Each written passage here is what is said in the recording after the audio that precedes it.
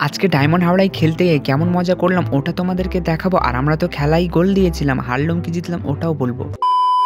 Hello guys, welcome back to my new blog. আর আজকে আমার ছোট্ট একটা ভাগনাটাকে নিয়ে ভিডিওটা চালু করি। আর আজকে যাবো আমরা ডায়মন্ড হাওড়ায় খেলতে। ওটা কিন্তু ডায়মন্ড হাওড়া না, আমরা ডায়মন্ড হাওড়া বলি, ওটার নাম হচ্ছে ডায়মন্ড হারবার। আর আজকে যাবো বলে আমরা রেডি হয়ে গেছি। আর আমাদের খেলা ছিল 4 নাম্বার। আর মাঠ থেকে বারে বারে ফোন আসছিল কখন আসবে, তাই আমরা মাঠের মধ্যে যাওয়ার জন্য বেরিয়ে পড়েছি। আর আজকে যাবো আমরা এই গাড়িটা করে। আর আমাদের সাথে দেখো আজকে অনেক দর্শক যাচ্ছে, কিন্তু আমাদেরই পাড়ারই ছিল, সব ছোট্ট ছোট ছেলেরা আমাদের বলেছিল খেলা দেখবে, তাই তাদেরকেও নিয়ে যাচ্ছিলাম খেলা দেখার জন্য। আর এখানে আমাদের লেট হয়ে যাচ্ছিল, তাই আমাদের ছেলেদের বললাম তোরা তাড়াতাড়ি গাড়িতে উঠে পড়, গাড়িটা তাড়াতাড়ি ছাড়, কারণ আমাদের এখান থেকে ডায়মন্ড হাওড়া যেতে 2-2.5 ঘন্টা লেগে যায়। তাই আমরা তাড়াতাড়ি বলছিলাম তোরা তাড়াতাড়ি গাড়িতে উঠে পড়। গাড়িতে ওঠার সাথে সাথে আমি কিন্তু গাড়ির মাথার দিকে উঠে পড়ি। আর আজকে দেখো কত দর্শক যাচ্ছে আমাদের সাথে। এত দর্শক গেলে খেলতেও কিন্তু ভালো লাগে। বলতে বলতে এখানে ড্রাইভার গাড়িও ছেড়ে দিয়েছিল। আর কিছুটা আগে ড্রাইভার কিন্তু গাড়ি দাঁড় করিয়ে দিয়েছিল, কারণ গাড়িতে হাওয়া নেই, গাড়িটা হাওয়া ভরতে হবে। আর এখানে হাওয়া ভরে নিচ্ছিল, হাওয়া ভরে নিয়ে আবারও বেরিয়ে পড়লাম সেই মাঠের দিকে যাওয়ার জন্য। আর এখানে দেখো ছেলেরা কত মজা করছিল, বক্স না বেজে এত মজা করে আমি তো জানতাম না।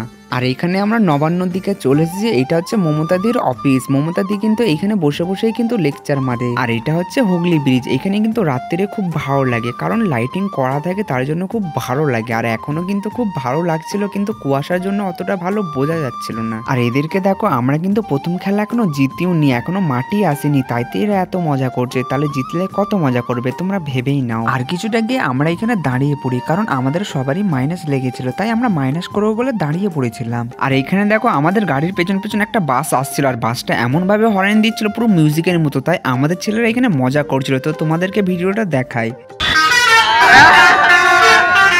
বাসের মিউজিক শুনে এত মজা করতে পারে আমার বন্ধুরা, আমি তো জানতাম না। তো তোমাদের ওখানে কারা কারা এরকম মজা করে আমাকে অবশ্যই কমেন্ট করে জানাবে। আর এইখানে টাইম হয়ে গেছে দুপুর 2টা। ড্রাইভারকে আগে থেকেই বলে রেখেছিলাম একটা হোটেল দেখলে দাঁড়াবে, তাই এখানে একটা হোটেল আছে, তাই এখানটায় দাঁড়িয়ে পড়েছে। আর আমরা গাড়ি থেকে নেবে ঢুকে পড়লাম, খাওয়া দাওয়া শেষ করে দিয়ে আমরা বেরিয়ে পড়লাম সেই মাঠের দিকে, কারণ মাঠ থেকে বারে বারে ফোন আসছে, তাই জন্য তাড়াতাড়ি করে বেরিয়ে পড়লাম। আর এখানে ড্রাইভার কাকাকে জিজ্ঞেস করলাম আর কত বাকি। ড্রাইভার কাকা বললো আর বেশিক্ষণ না, 10 থেকে 20 মিনিট লাগবে। আর বলতে বললে আমরা মাঠের মধ্যে চলে এসেছি। আসার পরে এখানে অপেক্ষা করছিল বাচ্চা বাচ্চা ছেলেরা, কারণ দেখতে চাইছে যে হাওড়ার ছেলেরা কেমন খেলে, তাই জন্য আমাদের জন্য অপেক্ষা করছিল। আর আমরা গাড়ি থেকে নেবে সিধা চলে গেলাম মাঠের ভেতরে। মাঠের ভেতরে ঢোকার সাথে সাথে দেখলাম এখনো কোনো টিম আসেনি, আর মাঠটা পুরোই ফাঁকা। আমাদেরকে বারে বারে ফোন করে বলছিল তোমাদের 4 নাম্বার খেলা 4টের মধ্যে ঢুকতে হবে, তাই আমরা 4টের মধ্যে ঢুকে পড়েছি। মাঠের ভেতর ঢোকার সাথে সাথেই জানতে পারলাম যে আমাদের খেলা 4 নাম্বার। আর আমাদেরকে তাড়াতাড়ি করে ডেকে নিল, কারণ ওদের খেলা চালু হবে 4টে থেকে। আর খেলাটা হচ্ছে ডে নাইট খেলা। আর এখানে আমাদের খেলা চালু হতে হতে রাত হয়ে যাবে, তাই জন্য তোমাদেরকে আগে মাঠটা দেখিয়ে দিই। মাঠটা খুব সুন্দর মাঠ, আর এই মাঠে খেলা হবে 6 জন করে। আবারও আমরা এইখানে মাঠের মধ্যে এসে কিছু খেতে লেগে যাই, কারণ আমাদের খুব খিদে লেগেছিল। আর যেই হোটেলে আমরা দাঁড়িয়েছিলাম ওই হোটেলে সেরকম কিন্তু খাবার পাইনি, তাই আমরা ওইখানে খাইনি। খাওয়া দাওয়া শেষ করে নিয়ে আমরা চলে যাচ্ছিলাম এক সাইডে বসার জন্য।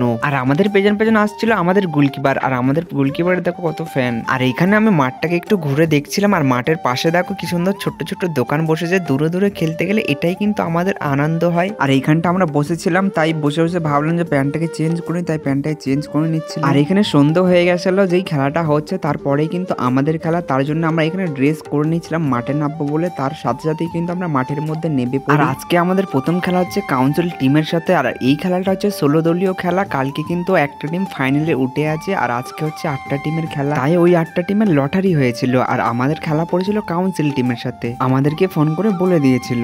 আর এখানে খেলা চালু হতে না হতে ওরা ফার্স্ট আজই কিন্তু খুব ভালো একটা শট করে, আর বাড়ির উপর দিয়ে চলে যায়। এবারে কিন্তু খুব ভালো শট করে এখানে ইজাজ। এখানে দেখো চাঁদ পাস করে দিচ্ছে, ইজাজ পড়ে গেছিল, কিন্তু উঠে আবারও সেই গোলে মারে, কিন্তু বলটা বাড়ির উপর দিয়ে চলে যায়। বলতে বলতে এখানে হাফ টাইমও হয়ে যায়।